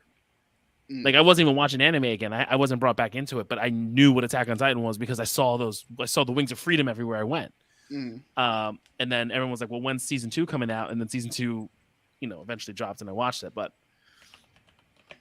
yeah, no, it's cool. I mean, I don't remember the concern with the animation for One Punch Man. I think and so I can't speak to it because it's been a while since I think the season 2 came out like 2-3 years ago. I think it was pre-pandemic. You guys were still living in Parkchester. Yeah, no, we were definitely still living in Parkchester. Yes, and I think it was pre-pandemic when it came out. So I don't remember that. But what I do remember watching was that this is exactly what I remember reading for this arc of the. I think it's. I mean, here's the thing. I guess to me, it's a great question. Like, why would you not do it? So, like I said, for me specifically, it's about the animation studios doing it in a lot of cases, and a lot of times, like a studio will stick with a property, but. Yeah, that's why I was just like, I'll just watch other stuff. So, I mean, but again, if Tone's digging it, now I'm hearing Law say, give it a shot. I mean, like I said, I'm very open to other anime fans telling me their passion and to go check it out because I've discovered a lot of shows just listening to people saying, dude, trust me, it's cool shit. So it's like, I have no problem checking it out. In fact, I just note to check it out while they were talking about it, so I didn't forget. Well, what I fell in love with since it first started, and we've gotten 4 seasons of it, and possibly getting the movie, was Overlord. Overlord has been one of my favorites because it's like I like Overlord. And you like the way you love Overlord. I feel like I liked it in the beginning, but there's so much. He's always talking about Overlord now. I feel like it's one of those shows now where like they're the main, like he's not even the main character, like the main like driving force of the story. So like every time I watch it, I have to remember so many subplots that are happening at once that I'm just like, all the. I feel like a lot of the subplots came together in the final season. The way how they wrapped up a lot of stuff. Absolutely yes to Arcane. By the way, Arcane was super Arcane. good. Arcane is fucking phenomenal, and they're supposed to be getting season 2. But no, with Overlord, if they don't, I'm gonna be upset. They did a lot of stuff, but it's like it was more to his rise of power and what his servants were doing for him. And they're supposed to be doing a movie to help tie in more stories for it to flush them out. Johnny C in the building. Johnny, what is up? What is up? Ayo. But yeah, Overlord it's a pretty I believe Studio Map is behind it. And they've just been consistent with the animation. And as far as it goes, like it's one of those animations. Did you come at it from just the anime, or did you read the manga like prior? I don't even think it's a manga. I think it's the whole anime is based off of a light novel. So we're talking about so I know we're like I didn't watch Overlord, but I remember we haven't really talked about it yet, and we've been talking about like animation style and all this other stuff. And I know Jay, you've been watching Record of Ragnarok. I watched Record of Ragnarok. We were all watching Record of Ragnarok, but I know. Did you find a problem with the animation for it? Because what we felt or what we heard from a lot of people too was that the animation for Record of Ragnarok didn't live up to what's on the paper. As someone who is now reading the manga, because I'm reading it, I'm watching it because I'm reading it and I enjoy it. It's a lot of fun. So what's your take on it? Oh, me? Yeah. No, okay, well, no, I've never read it, so I've only watched it. If I had to give it like a letter grade from like we'll call it 1 to 10, I'd give it a 7. It's pretty good. Maybe a 6, like 6.5. But there's some spots where like they're trying to animate very complex things, and sometimes it works, and sometimes it's not quite there. There's some pretty repetitive background characters, and it's good, but like I think with a lot of the Netflix stuff, the quality kind of reminds me of Bastard. Like it's good, right? But it's not like wow. You know what I mean? Like, and again, that's real subjective. Where it's like it's not. It's a first-time studio. With that, and you know what killed me honestly, because I was like giving it a pass because I remember that, but what killed me was the Adam and Zeus fight. Like the one scene where like it's literally the PowerPoint of the two of them in standstill, but you hear them like doing the yelling, and I'm like, man, what the fuck is going on here? This is supposed to be like because like the concept it's a dope concept. I love all the historical characters that they're using, and I love all the gods that they're using, and even like as you read the manga and you see how they do everybody. So I'm at the point where like we're with Nikola Tesla, and like what they're doing with Tesla is really cool. The next fight we see is going to be Jack the Ripper and Hercules. What they do with Jack the Ripper is cool. I love that fight. So it's the thing about this, like, and I'll give you what I would call a 10. 10 out of 10. Redline, 2011. It was an animated film that took like 7 or 8 years to make, and it was the last feature film that was completely hand drawn from Japan. It is flawless in execution. The animation is gorgeous, and there are no obvious flaws. Where the shortcuts come, right, which is what Tone's talking about, is like things that are moving so fast that like we don't see it happening. I mentioned like repetitive background characters. So if you look at like Redline as like a top tier 10 out of 10, when there's a background, every single character is moving and they're all unique. Yep. Now again, but that took a zillion, 7 years to make, hand done for a whatever it was, 86-minute movie or something of that nature. So fucking good though. So I mean, to me, that's a 10 out of 10. But you couldn't say, hey, well, how can we have a 10 episode Redline of that quality? You couldn't do it, right? So like Akira, it took a mountain of people years to make that movie. Whereas like, okay, Netflix. So I get it. You know what I mean? Like, it isn't like, oh, it's shit. Like, I get it, but it's definitely production. Boom. What's going on, sir? Hi, Boom. So yeah, I think the animation is okay. It's kind of like if you watch Bastard, there's some scenes that seem a little stiff or like they're trying to do really complicated things and it doesn't quite work. But again, I'm enjoying the story, so it's kind of like, no, I get it. You know what I mean? Like I'm going to give sequential guys a pass versus a guy that's doing like a, high-end oil painting, because I get you're drawing a lot of the same things. So I think they're passable. I think the opening credits and the ending credits for Bastard and Record for Ragnarok are both pretty impressive, So I think those are kind of their set piece animations. Like I said, they're 6.5, and I think 6.5 is fine. They're good. Like, they're not like holy bejesus good. And, the feature film animation, new and old, where they're like, if you watch like Silent Mobius, like that's, a 90s movie. It's awesome, but it's a movie. And then they made a Silent Mobius series. It's pretty junky because they were knocking out a lot of episodes. That's a particularly bad series that I wouldn't rewatch. But yeah, I think it's about a 6.5. It's good, but I want to see Silent Morbius. Silent Mobius. It's Silent Mobius. To the point of manga, I know I haven't read manga, and I just literally this year was like, all right, I'm gonna finally bite the bullet, start reading manga, and I picked up Record of Ragnarok, love it. I am now reading Kaiju number 8 and Solo Leveling, which is amazing, both of which are getting anime adaptations. What have you guys been reading, if you guys are reading anything? I forgot. Yeah, just Record of Ragnarok and the Berserk, because they picked it back up since his passing. So I've been reading that, and then I was going to go back into My Hero, but like my manga app. I got you. Remind me after. I got you. It's not picking up. It's not picking up My Hero. So and then I do want to finish reading Demon Slayer so I can be ahead, because I don't want to wait. I can't. I don't want to wait for Demon Slayer. I need to read it so I know what's going on. That's what I was reading. Hold on. There was 2 I was reading. There were horror animes. I mean horror manga. One was Pumpkin Night, which was a horror manga, and the other one, I can't remember it right now, but it was about something with this genetic food that they made, and it just started eating people. So I was just reading a bunch of horror stuff. So those are the last 2 I read. But Pumpkin Night was pretty crazy, and if they were to ever animate it, it's going to be very bloody.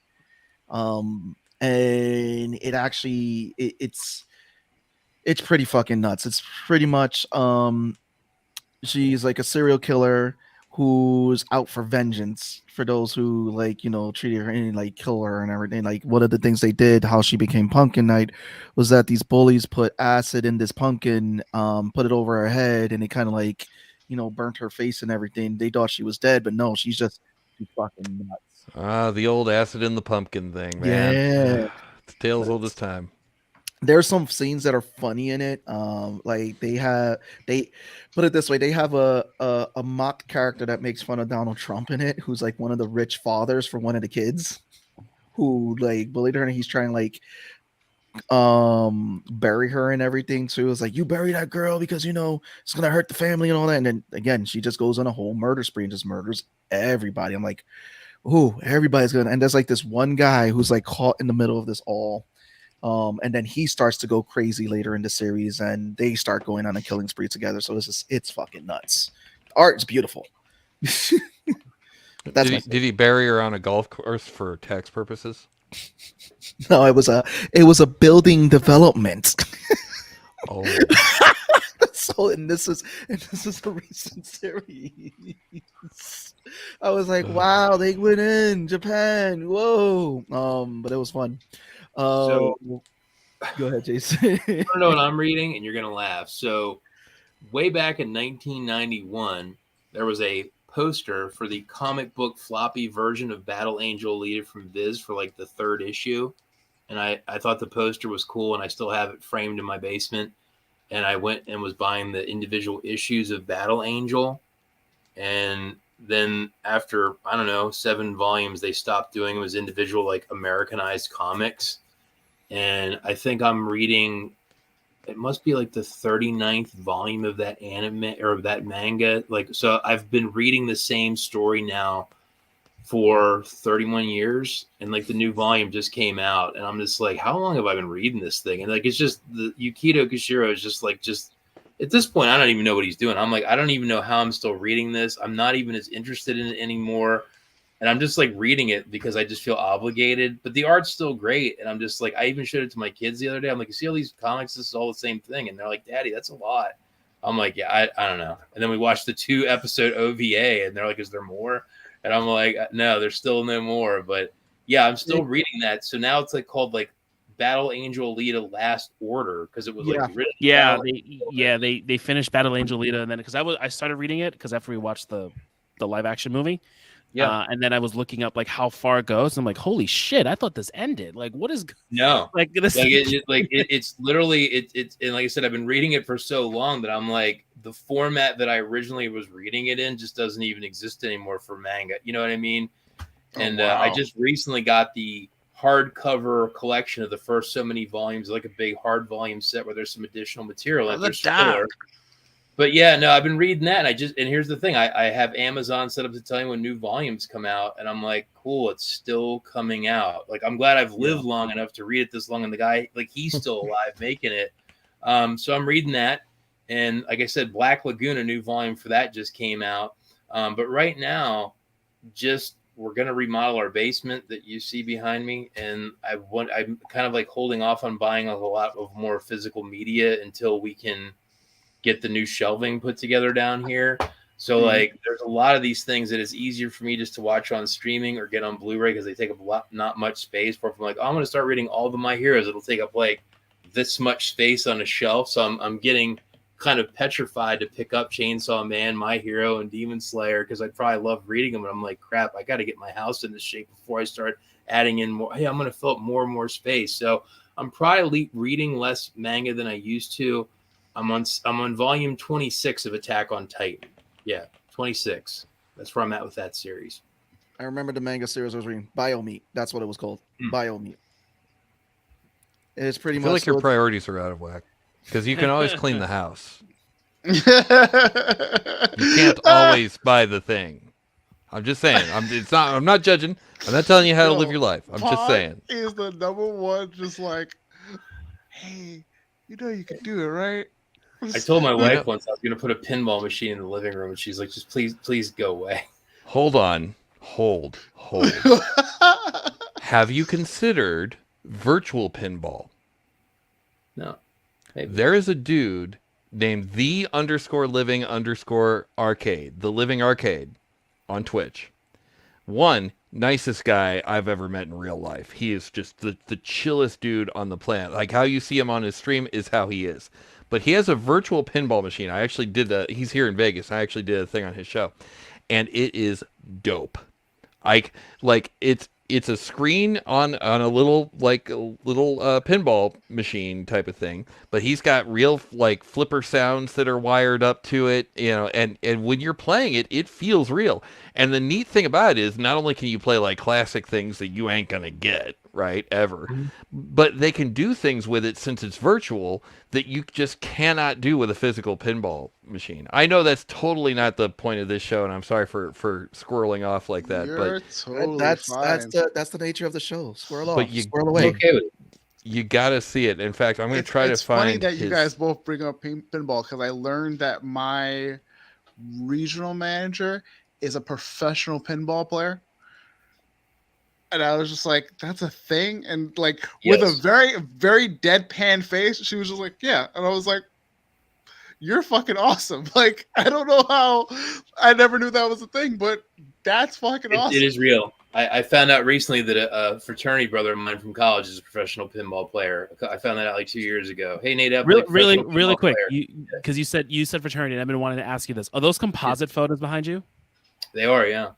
That's what I thought. Yeah, they're just there. Like congratulations, you're the first person in years that said, "What is that?" Like nobody cares, but they're just there. Yeah. Yeah, no, because I remember you were talking when you came on last time, and I'm like looking, I'm like, those are fucking fraternity composite photos. I know exactly.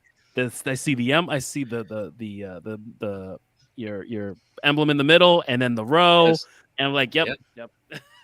Yeah. Congratulations. Yeah. No, it's weird. No one asks about them anymore, except 10. 10's cool. Yep. I have my paddles upstairs, so something to do, I guess. I'm kidding. Hey, God bless. You know, have at it. Have at it. I'm trying to yuck somebody's yum. It's all good. Oh my God. Damn, yucking some squirrels. Jeez, Pog. Hey, I've been holding back for like an hour. So actually, let it out. This is probably the most tame we've had him on our show in a while. So I'm watching Pong. He's like, I'm waiting to come in. But perfect. There's gonna be something I can say somewhere, and then it's like, hey, did you see Garden Hose Dolphin? I got you. Man, that Garden Hose Dolphin was my favorite. Like episode 3, Pong, I got you. Pong, I got you. Yeah. Did you see the new trailer for? Did you see the new trailer for Super Mario? You monster. Let me tell you something. About that. Wait, is Garden Hose Dolphin any good? I mean, when Jack Black is the good thing about a trailer, there's a problem. I'm gonna put him on a big screen just so. Hold on. Before it's already done. See the horrible joke they made my man Michael Keegan-Kay say at the fucking game development conference about Toad's, about the top of Toad's hat. Like they forced him to say some really shitty joke, and it did not land. No one laughed. It was awful. What was the joke? Dude, I'm not remembering it, but like, look it up. It's just bad. What was it? The Video Game Awards? Yes. Yeah, I mean, the video game trailer announcements essentially is what everyone calls it. You know, if the Super Mario movie does not make money and does horrible, Nintendo's going to put back all their properties back in the vault, and like, we're not going to make movies just like they did with that first Super Mario. Oh my God, Google has Michael Key's cringy joke at video game. Like, it's the first thing. Oh my God, it's so bad. Because he's funny, but it's like, yo, he didn't write this. They just were like, you need to say this. Like, dude, you're paying me money, so let's see, where is it? Funny. We're all like trying to look it up now. Garden Hose Dolphin. Garden Hose Dolphin. It's that one time that Naruto. Wait, you're not seriously looking up Garden Hose Dolphin, are you? Oh yeah, I'm seeing. I literally just made that up. It's actually a show from Korea from 1998. Of course it is. Of course it is. Of course. Bullshit. Of course. Wait, hold on. Of course it is. No, I made that up. Oh my God. There is a manga about robotic sharks that like come on land and eat people. So you're close, man. Yo. Paul was like, ready, that's it. That game? Movie. Yeah, that movie. No, that movie will make bank. Of course it will. I'm trying to see if I can find a verbal of the joke because I'm not, I tried to, we can check Twitter, but unreliable. Oh my God. Chris Pratt said Mario isn't Italian anymore. He's normal now. Wait, no, he didn't say that. Yo, what? Allegedly, that's actually what he said. I don't know. Wow. In other random gaming news that none of you guys are going to care about, but I care about, for the streamies, they announced that Markiplier is the Gamer of the Year. So I'm happy about that. Well, God bless him. He didn't get his Emmy, which I feel very, very sad about. But he got Streamer of the Year, so works for me. That's cool. I gotta find this key. Yeah, we're all gonna be looking at. Oh yeah, the manga became. See, a movie Laser about knows the about the sharks thing. Are there dolphins on it? It's garden hoses. This feels like Dr. Evil wrote this manga. It just wants sharks with freaking lasers on their head. And a garden hose. It's gonna happen. And the garden hose, of course. Dude, well, the craziest thing, like, so I do 2 anime conventions every year. I do ZenkaiCon and SetsuCon, and they shows really skew young. I feel like the oldest person there probably am. And dude, I've seen like younger fans like, what is it? Like, well, that's a cooking anime. I'm like, an anime about, and then I feel like my dad, like, yeah, you watch a show about cooking. What, you know? I feel like it's a cooking. It's not about cooking. Food Wars will make you look at food differently. I don't know. It's the cooking is yeah. It's very Food Wars is that show like you can't watch like when your parents are home because like you'll be like, I promise this is a very normal anime, and then as soon as your parents walk in, they're like, what the fuck are you watching? Like tentacles all the way down. It looks wild. All the time, where you're just hearing very, very explicit noises, and you're like, oh my god, the food is like, I was like, oh my god. I recommended to a friend who watched it, like, what the fuck am I watching? Like, I can't turn away. I found his joke. It's 1:10 long. I don't know if I'm okay with it. I'd like to hear it. I've got YouTube muted. Yeah, it's not gonna play on YouTube on this. I don't know. StreamYard just acts. But no, I mean this has been. We are coming to that hour. Yeah. Okay. We want to thank you guys for coming on the season finale episode. I mean, this is episode 199. You guys got to grace episode 199. Appreciate you guys for coming on. We're coming back. Thank you for having me, even though this is the worst possible episode I could have been on. Is it? Pong, I'm glad to be with you guys. Don't get me wrong. You were supposed to Wikipedia it, man. What am I going to do? Pong, you're fucking up. Will Rick Buelow make a graphic of Garden Hose Dolphin for the next episode of Nerds Around? I have made you the Garden Hose. It is a joke. I make fun of you Americans. I'm gonna make it a 4-page comic, and I'm gonna be like, listen, it was made to a comic. Let's make this into an anime. Let's go. Oh my Before God. I even get to Google anything about season 2 of Full Blown Anxiety or whatever it's called,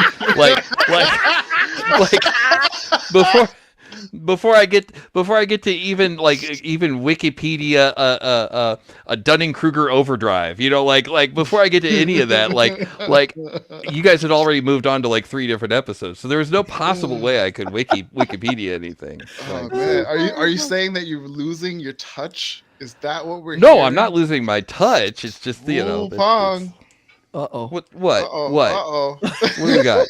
I'm just giving you shit because for fucking, was it 3 episodes? You came in here full like deadpan straight face and we're like, yeah, this happened and so and we're convinced that you watched the goddamn episode. The best part was that you were convinced I watched it after I told you I didn't. Yes. That's the best part. Wait, no, you watched it. It was so infuriating. Those episodes just off the rails. That's all it was. I was watching the 18th episode of Cybernome, and I like the part with the fairy princess ate the magic food. Well, Jason's going to bring out a Blu-ray from 1991 that he got from the discotheque, and he liked that. It's really cool, but he hated it. It says worst thing ever. Oh, now. All voice. I don't talk like that, do I? I don't talk like that. All voice. Mouse Razor. Oh my God! All voice Mouse Razor. Yeah, no, there's definitely a Mouse Razor out there. Like, God, you can't keep up with these people. It's like little kids eating too many nerds. Just, tell us more about the anime. My brain is all filled up with all the Marvel things. Like, you want to know anything? I'll tell you what Agent Carter had for breakfast in 1962. Like, there's an X-Men anime on Netflix right now. Yep. Why? X-Men and what was it? Wolverine. Yeah, it's great anime. Those X-Men and Marvel heroes, right? They were released. It started with Blade, then they did the X-Men, and then they did Wolverine. I think there was supposed to be a 4th one. I'm not sure. What does like G4 TV or something? Yeah, they were on G4 TV. When G4 TV this is real old. Okay, G4 TV. Yeah, Adam Sessler and Morgan Webb. Yeah. On Laserdisc. I see you still worship the old gods. Okay, all right. Listen. I know a dude that has Laserdisc. Rich Dresden, shout out to you, brother. He has. Listen, Laserdisc had some really top-notch Yeah. quality. That's how. I Yeah. told you. That's how the guy did the Herbie edition of the Star Wars movies. He pulled a lot from the Laserdisc editions. I believe he has the Michael Jackson, the movie that he did that was a music Captain video. EO. Moonwalker. Moonwalker. Yeah, Oh no. yeah, I think it was the Captain Moonwalker. EO, no. Yeah. No, not There's also that- Captain EO, but Moonwalker, the Moonwalker one. That is like the one where they had like the claymation, all that. He has that on Laserdisc. I'm really hoping that Rick makes a Laserdisc Guard-Nosed Dolphin Blu-ray, or I'm sorry, Laserdisc cover. That's what I'm hoping. Pong, we're gonna go on your show and we're gonna make this happen. We're gonna make. Okay. We're gonna get a bunch of people. Just hire them, acting. That's it. Also, I know I'm gonna be breaking, but just so really quick as well, talking about movies that people don't want to go see. Law, I'm sure you've heard that Avatar 2, the Rotten Tomatoes released, and it's like a high. I am here for Avatar. I'm gonna go see it. It is a high. It is in the high 80s, and Is that- apparently people. I'm not watching that movie. What the I'm hell? not watching that movie. I'm letting y'all know right now. I'm not watching that goddamn Okay. movie. Hey, I'm with Law. I'm not going to see it either. I like if this was like a political roundtable. Law and I could make the we're not going to go see Avatar part because I am with him 100%. I'm not giving that man any money. I don't want to see it. I'm Why? not doing it. I'm 'Cause not. I don't want to. fell I asleep thought the during the first- first one. I fell Yes, asleep. thank you. I fell asleep in the first one, woke up, and the movie was still going. Yeah, it is. That- it is- Apparently, It If is I a- wanted to instead, see he's right. a live action Fern Gully, I would have It just is- watched Fern Gully. It is a 3-hour epic. Apparently, look, it looks beautiful.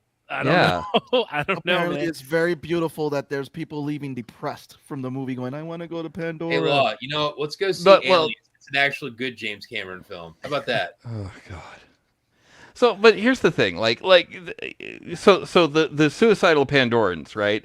That happened with the first one. That happened in the first movie too, because everybody wanted to live in Pandora, and they were sad that they couldn't. So it's not really a knock against the movie. That's just that he's created a world that's so awesome that people want to live there, and they're depressed. I want to they live on can't. LV426 in Hadley's Hope. That's I'm a sure you real. do. That's a real environment. I That's want where to you live wanna there. You want to live there? Okay, you go Yeah, live there. yeah, He wants to live. Yeah, Jason. If you just stay away from the hugs on that planet, bro. yeah. I'll just like, stay away just from the hugs. leave me alone. No Still- hugs. Yeah. No touch. It's just I remember it dropped today, and I've been reading all the reviews for. I For promise Avatar. you. So Like, okay, like you know how like I always go, oh, I don't watch, and I would get mad because you guys make me watch them. I promise you, there's nothing you could have me do that I'm gonna watch that movie. Hey, Law. This weekend, let's not go to that movie together. I'm definitely not. I am 100% going to see it. Law, So you 100%. can be Law on the Okay. episode that they cover it, All right. and I could be Pong where I can Wikipedia everything. Read the Wikipedia. That's fine. That's fair. That's fair. I'll do a Yeah. trade with you. I am so with Law on this. Yeah. Oh, well, Yeah. I mean, All right. It's a more realistic environment. I'm not saying no, but I have questions. I'd be shocked if you didn't. So- If you said yes too eagerly and too immediately, Right. I'd have Right. questions. I mean, at least there's hugging, so at least there's Oh, aftercare. Hold You on, know, hold like on. It was that? unobtainium. yes, it was unobtainium. Wait, are you Unobtainium. fucking serious? So Yep. I did hear Are one you spoiler. fucking for the wait? film. No, I'm Yes. genuinely. You don't I care. don't remember anything Yes. of the movie, and It I've was never. called unobtainium. That is what they It was said. I think unobtainium. what it Yeah. was that they did the thing where like, oh, it has like 36 syllables, so we just call it unobtainium. So hey, what I heard about the new film is they're whalers and they're catching whales and drilling their brains out to get a new compound. And you really want me to watch this shit? Even so, look, even if it's true, you can With a reduce straight it. Wait, face, hold though? on, You're hold gonna sit on. there and tell me you want me to watch this? But it Hold on. looks like a Okay, realistic look, robot Star whale. Wars. The original Star Wars was about a dude that kissed his sister and fought against a guy with I a wasn't stick. born. I wasn't Like- born in like- the '70s to watch it. Like that's it's silly to boil it down to like something. Okay, you were bored, but we all watched it though. We all watched the original Star Wars. We all saw him kiss his sister, and we're all like, "What is this?" And then Disney was like, "We removed it from Disney Plus." I just like the idea that Law and I are gonna have we're gonna get together this weekend and not go to that movie, and I'm there for it. Law, meet me at never o'clock. We're not going. Yeah, I won't see you at the theater, and I won't buy a ticket. Deal. Oh my god. I'm totally going this weekend. Like no, like hard pass, man. Like why though? But you still haven't said why. You didn't like the first one? Is that it? You fell asleep. You fell asleep. I thought it was one of the dumbest films I'd ever seen. I couldn't stand it. I couldn't wait to get out of the theater. Am I the only one that thought it was freaking great? I thought no. You know what it was for me? Like I didn't think the story was like groundbreaking. I was more honestly, that was the best 3D movie ever created. Yeah, I will say. It was Dances with Aliens, but the technology was freaking great. So it was, and now that's the thing. So that's the thing. What they're saying now is that the technology is amazing, and so I'm questioning what has he done in 2022 with the technology that I understood the groundbreaking technology he used for the movie with the 3D and using it as immersive versus as a pop-up bullshit that a lot of horror movies did. I don't know, but I'll pay $30 or $40 all in to find out. He's already filmed the third one and has written the fourth. He filmed the third already. Yes, that's all. I mean, this is literally what the man's gonna die on. He's not doing anything else. He's just gonna get his Avatar epic on, and they're gonna keep giving him money. You know. Okay. We'll see. If they're good, I'm gonna read the Wikipedia so I can come on this show and say, yeah, it sucked. They drilled the unobtainium out of the whale's brains, and now it's brain obtainium. Now that's brainy. And now I sat through for some really silly stuff. Now, come on, you can't just come on and bag it. I had so many opportunities to dunk on anime for the last hour and a half, and I didn't, not once. But it's there. It's popping up there. I have a feeling the minute we go on Pong show, oh man, Pong gonna give it to us. Look, no. Look, I think for what it's worth, it should. I was waiting for what the reviews were gonna say, because like the man has some of the best sequels out there. So, so I'm willing to see how it's gonna be. Well, I hope it's good because he's had how long to work on this? Literally everyone, all the review sites have been saying it's very good. So I think it's gonna make a ton of money. It definitely is gonna make a shit ton of money. While you're saying that he's got the technology and it may be some whatever, John Woo created the technology necessary for Gemini Man, whatever that for Will Smith to be all that. He created the technology for that movie to be a thing. Did any of us watch Gemini Man? No. Was Gemini Man any good? Don't know.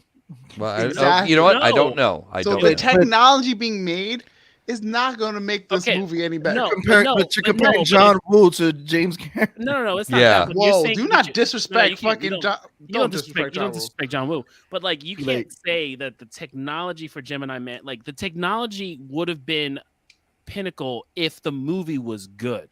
Yeah. Like, you can't just be like I'm not saying the technology is the reason why we're going to see this James Cameron movie. James Cameron has earned the clout to be like, he made a sequel to a movie. I'm gonna go see it because odds are, if I'm gonna bet that this sequel is gonna be better than the first one, I think that's a safe bet to make with him. No, kidding. And I'm not going to dunk on it. I've been a homer for Cameron for years. I loved all his films. I remember going to see Avatar. I remember being very excited.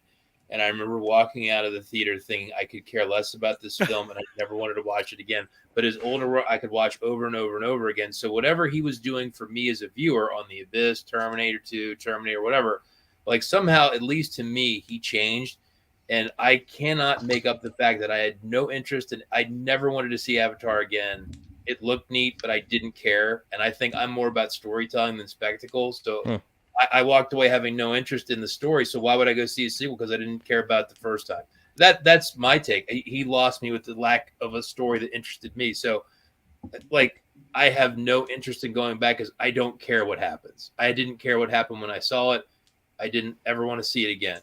And I will sit and watch all of his other films, including Titanic, over and over and over again because they at least gripped me. It was Fern Gully with blue people. It's all the monomyth anyway, though. I can't really hang my hat on, oh my god, it was a bad story, because it's all the monomyth. It's all, oh, there's this guy and he gets taken out of his element, and then he's given a challenge, and then he fails, and then he finds the strength from within, and he succeeds, and he meets the Oracle, blah blah blah, and it's like, grip me.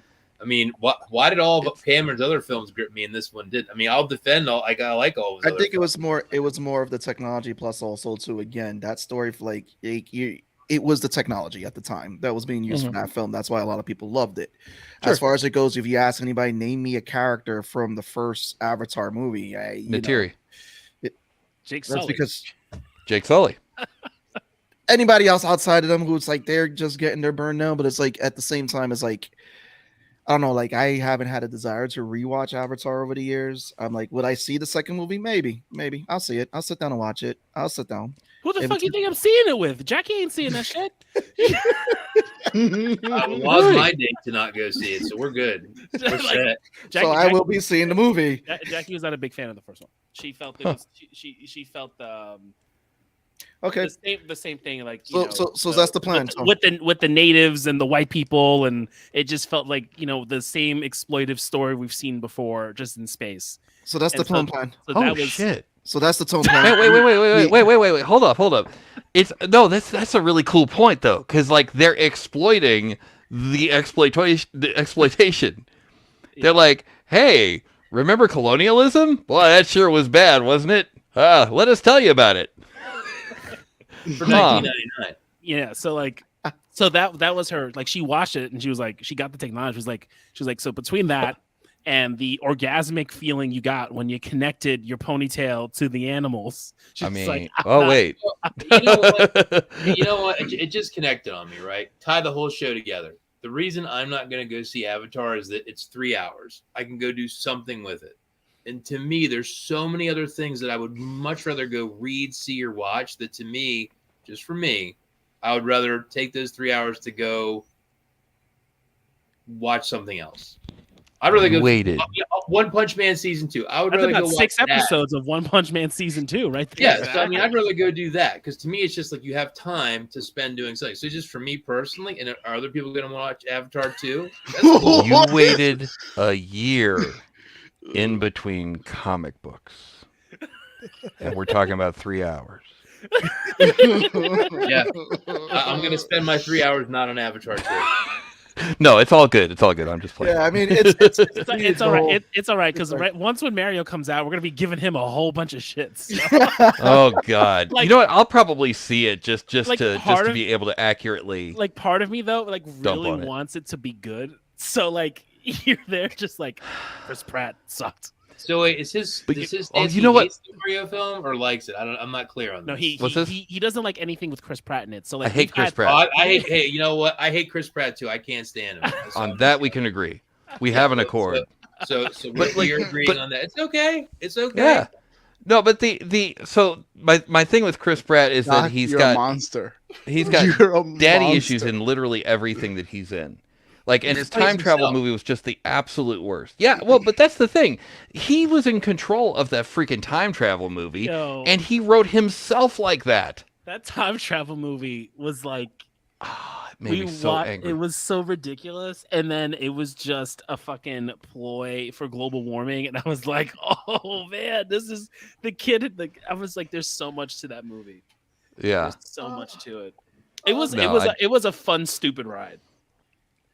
Yeah, well, until the end, hold on, I'm gonna go ahead and no. The worst end to me was Independence 2. Did y'all see that shit? I did. I saw it in the theater. What happened? What's the deal? You got this big alien chasing a school bus, and then like I can never predict like a movie. Like it's just not like Jackie can do it. She can like be like, I've seen this before. This is what I'm gonna say, and she's usually right all the time. And then we get to the point where like the big white ball comes, and you find out that it's an alien. And so I look to her and I'm like, listen, when it's one alien, and it's planet Earth, it's cool. It's one alien. But if now there's 2 aliens, then that means there's more aliens, which means Earth is about to become a player in the bigger picture. And by God damn it, that's exactly what happens. I got I'm not gonna watch it again. It's I'm not so gonna lie and bad. say that. It's so fucking bad. Independence 2 is awful. It became part of the Galactic Alliance, I remember it being terrible, but I couldn't remember how. and we killed Will Smith off screen. It was awful because he didn't want to be involved. I threw on Hunger Games randomly before all this Jennifer Lawrence stuff came on the other week. Because you've been posting on Facebook. Yeah, I might have had a post.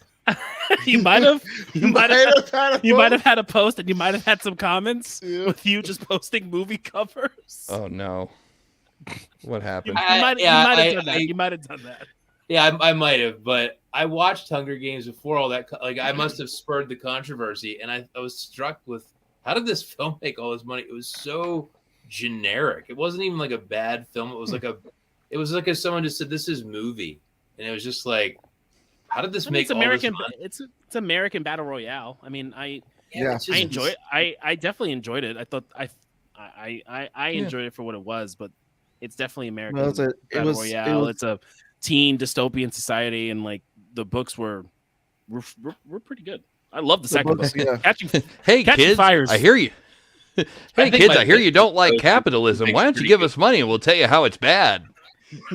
Yeah, that movie came out during the time that Hollywood was just looking like, oh, we're gonna adapt this book into a movie. We're gonna adapt this book because the Hunger Games didn't finish. I just talked about is one of the most accurate like one-to-one adaptations.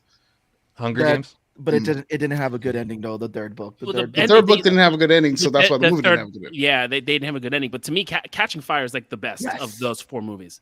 I loved Catching Fires. Book 2, I read book 2 in one day. I was like, this shit's awesome. Damn. Yeah, they were like, it's a 300 pager. You know, when you're reading George R.R. Martin, the 300 pages ain't nothing. Yeah, they were I rewatched the film 1984 the other day. You want to talk about dystopia, man? That film holds up like crazy. They got the rats in the cage in the guy's face at the end. It's great. So, like, what's interesting is that, and I know, like, we are super off topic and we're about to hit the 2-hour mark, but so I like George Orwell because I read Animal Farm, and then I wanted to get into 84, and maybe I was just too young, so I never really tried it again. Like, have you read the book? So is it a good adaptation? It's a perfect adaptation of the book. The movie that they made in 1984, the book, they're spot on. Okay. You know what's the perfect dystopian movie? Free Jack. Ooh, and there's a dolphin in it. Yep, there is. Wait, are you talking about Johnny Mnemonic? Johnny Mnemonic is the dolphin. Oh, Johnny Mnemonic. Oh, hold on. Gotta get the list. Johnny Mnemonic. Oh my god. Leave it alone, Pong. The list that keeps on giving. Listen, I had to give one more for this season finale. I appreciate that. No, we haven't had anything for several episodes. You've been doing so well. Well, you know, after 1 cup of tequila, you know. But yeah, no, this has been a fun show. We are going to hit the 2-hour mark. I mean, at the end of the day, we got some fun stuff coming up. We definitely looking forward to seeing everybody back in 2023 in our 200th episode on January 10th. We are waiting for that. But yeah, no, I want to wish you guys a happy holidays and everything. You too. And congratulations to you guys on 199, damn near 200 episodes. Thank you. That's not easy. Wild. Consistently on Tuesday nights. Hell yeah. It's impressive to Holy do that, shit. many because Wait, so every Tuesday night, so there's 52 Tuesday nights in a year, so that's about 4 years, huh? Yeah, we take breaks every once in a while or something, but yeah, it's pretty much pre-pandemic. Yeah, because everyone likes to assume the pandemic was last year when it wasn't. Ooh. Yep. We all like to think that it was just last year when we were in the theater watching Endgame, and it was like absolutely not. It's 3 years we're 3 years removed from that. Yep. Fun fact, I make because we have like the very first season where Lowell was still a guest. He was a guest for because we used to pre-record the episodes where I was just sitting in the apartment on couch. It was that first season was me, Law, and Steven, and I forgot what the hell we were talking about. To this day, one of the episodes, Mayhem holds down a superhero sex tape. I don't know where we came out, where I was thinking when it came out that episode, but no, yeah, we have. We also had a bunch of stuff that we had sat down that we recorded that we put on Spotify and everything too. So, but for 200 videos, 200 episodes on YouTube, I mean, it's just, again, this is just fucking awesome. Like, That's a lot. That's a lot. I know there's a lot of episodes of me messing up names and Tone and Law giving me shit for it. Well, hey, I'll be here as often as I can to chronicle the rest of them. So Please, please too. I'm gonna watch when we get to 250. I'm gonna make a mixtape of that. That clip of me just butchering people's names. Oh my god! If you want to use the Saw Gerrera imitation, you can. Oh yeah, we would do it. We shall. But yeah, guys, Awesome. I want to wish everybody happy holidays. The holidays coming up and all that. So we want to wish everyone out there happy New Year, happy holidays. Keep Saturday and Saturnalia. Sorry. And Thank you. Thank you very much. Oh, this has been your boy Sebastian. Been your boy Law. Your boy Tone from across the hall. Wish you guys a happy holidays. And don't forget, make sure to follow Jason. He has a Kickstarter going out. We got the links in there. Follow. Yeah, holidays. And Merry Twitter. everything. Also, twitch.tv/SynShop. That's SYNSHOP. It's SynShop with a Y in it, and it's exactly where you think. Eat, drink, and be merry. There you go. I'm Lenox Artist. Look for Lords of the Cosmos on Kickstarter in 2023. Peace out. Later. 1, Later, 2, everybody. 3. Bean music.